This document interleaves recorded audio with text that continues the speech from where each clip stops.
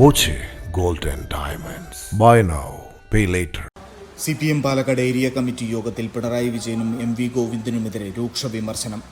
പിണറായിയുടെ ഭാഷയും ഗോവിന്ദന്റെ ശരീരഭാഷയും വൻ തോൽവിയാണ് ഉണ്ടായത്. കടക്കുപുറത്ത് ഡാഷ്മോനെ തുടങ്ങി പിണറായിയുടെ പരാമർശങ്ങൾ തിരിച്ചടിയായെന്ന് ഏരിയ കമ്മിറ്റി യോഗത്തിൽ വിമർശനമുയർന്നു. കടക്കുപുറത്ത് ഡാഷ്മോനെ തുടങ്ങി പിണറായിയുടെ പരാമർശങ്ങൾ തിരിച്ചടിയായെന്ന് ഏരിയ കമ്മിറ്റി യോഗത്തിൽ വിമർശനമുയർന്നു. സംസ്ഥാന സെക്രട്ടറി പറയുന്ന കാര്യങ്ങളിൽ വ്യക്തതയില്ല. വെള്ളാപ്പള്ളി നടേശന്റെ പ്രസ്താവനകളെ തള്ളിപ്പറയാൻ പിണറായി വിജയൻ തയ്യാറായില്ല. ഇത് ന്യൂനപക്ഷ ഏകീകരണത്തിന് വഴിവെച്ചു.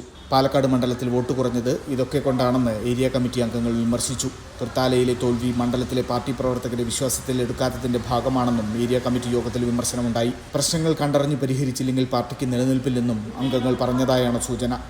അതിനിടെ CPMനെതിരെ CPI പാലക്കാട് ജില്ലാ കൗൺസിലിലും രൂക്ഷ വിമർശനമുയർന്നു. CPM പലയിടത്തും CPIയെ മാറ്റി നിർത്തി. UDF ട്രെൻഡ് അനുസരിച്ച് പ്രചാരണം നടത്തി. LDF പിണറായിയിൽ മാത്രം ഒതുങ്ങി നിന്നു. ഇടതുപക്ഷത്തിൻ്റെ കരുത്തായ ദളിത് പിന്നോക്ക വിഭാഗങ്ങൾ LDFനോടകന്നു. 64 ദളിത് സംഘടനകൾ LDFനെതിരെ തിരഞ്ഞെടുപ്പിൽ പ്രവർത്തിച്ചു. ഇടത് രാഷ്ട്രീയം പറയുന്നതിലെ വീഴ്ചകൾ സർവ്വമേഖലയിലും LDFനെ ബാധിച്ചു.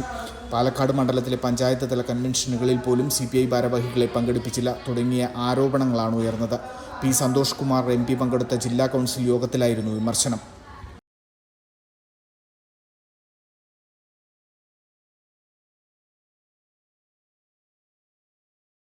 Time kids pre school, Mannannur road, Vaniyamkulam.